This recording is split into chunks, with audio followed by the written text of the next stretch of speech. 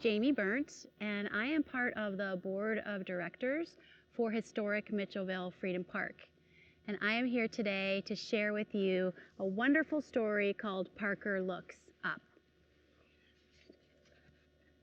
Parker Curry loved to dance. Dressed in her favorite tutu, she imagined she was a dancing queen.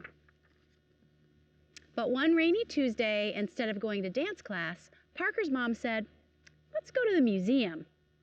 "Ava too?"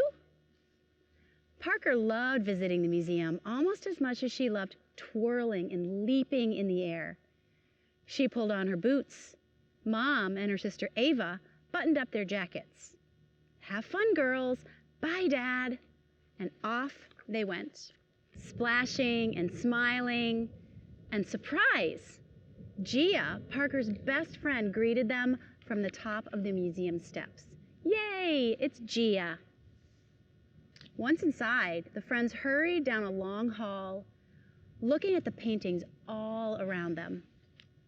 They saw prancing horses, blooming flowers, a bushy mustache, a shiny, jeweled necklace, 2 peacocks with red eyes, and a basket of slimy fish. Ew! And feathers. Lots and lots of brilliant feathers. "Hurry up, Ava!" When Gia spotted a playroom, she raced ahead. Parker charged after her. "Let's make silly faces." After Gia stuck purple hair onto the easel, and Parker added a pirate hat and sunglasses, it was time to go home. "Time to go, girls." Skipping down the hall, the girls spied a row of frilly white tutus. Parker raised her arms. Gia spun around and around and around.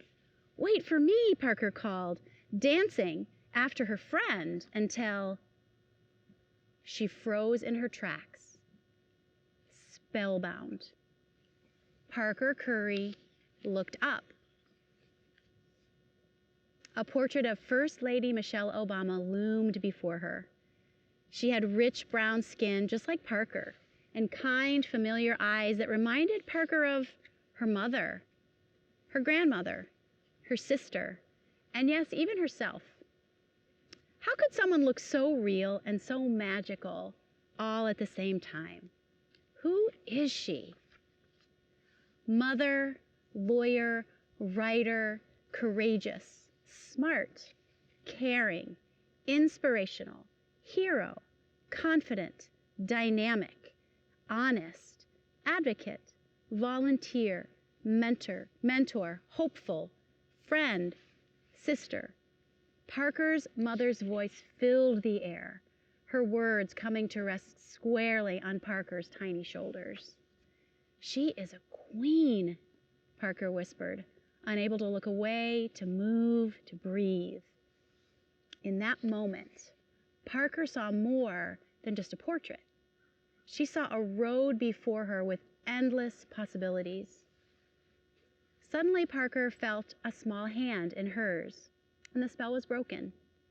"Come look, Ava," she said, putting her arm around her little sister and standing tall. For Parker Curry was feeling powerful and strong, and even though she hadn't moved, inside she was dancing.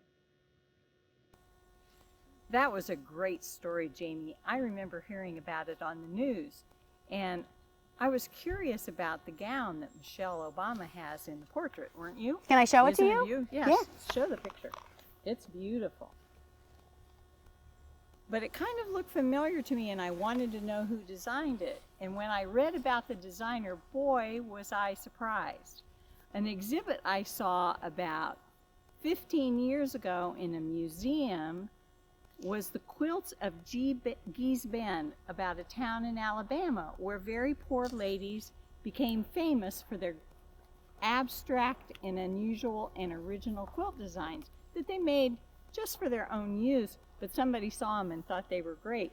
They became a museum exhibit, and the designer of the dress designed the pattern off of this nice lady's quilt. Oh my goodness. You may not goodness. be able to see it on the camera, but there's a big picture of it in the back of this book. There's a big quilt, and there's another one that's the other part of the design. I got to get my page open here. Oh. And the government, the U.S. Government Arts Department, even made commemorative stamps, American treasures, about the quilts of Gee's Bend. And I'm so excited to see art from a wonderful community of formerly enslaved people that came down and became art in our National Museum. We have art that came from Mitchellville and was passed down from Gullah ancestors. You've seen sweetgrass baskets. Aren't they beautiful? They are and beautiful. They're very big and valuable now. And also the cast nets that they made for fishing that they still use. So I love all the stories we've had this time about things that were passed down as crafts that are now valuable antiques. That became art. And are art.